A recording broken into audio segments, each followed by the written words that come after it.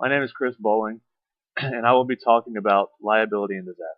Liability and disasters is such a broad topic, but it's also very important.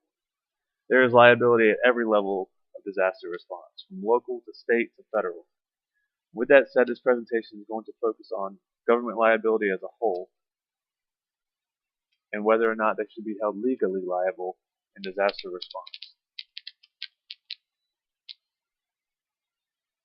Over time, the government's responsibility and role in disaster relief has increased substantially. With the government playing such a large role in response and recovery, should they be held liable if their response is slow, disorganized, and overall unacceptable? This is a highly debated question, with many people on both sides of the argument.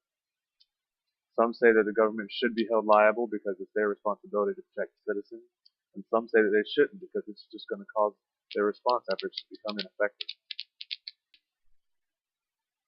According to Dean Rotsworther, historically the sovereign was immune from tort liability, irrespective of wrongdoing, under the principle that the king can do no wrong.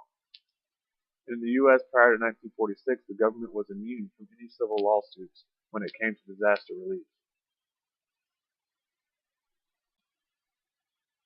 However, as of 1946, Congress enacted what is known as the Federal Tort Claims Act, the FTCA.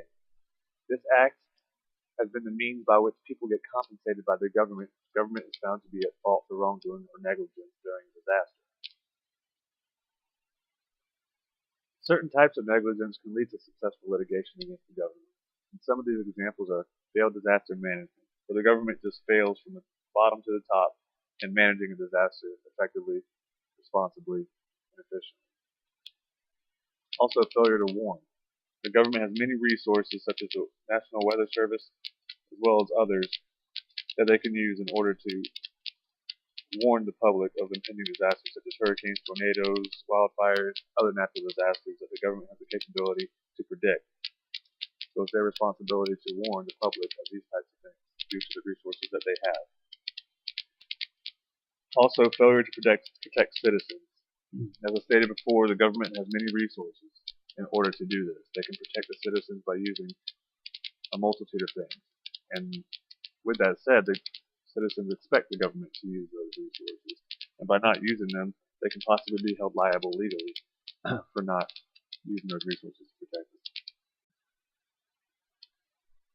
The question on the other side of the table of this is, does the government's response efforts become less effective due to the possibility of being held legally liable for possible negligence and fear of making mistakes?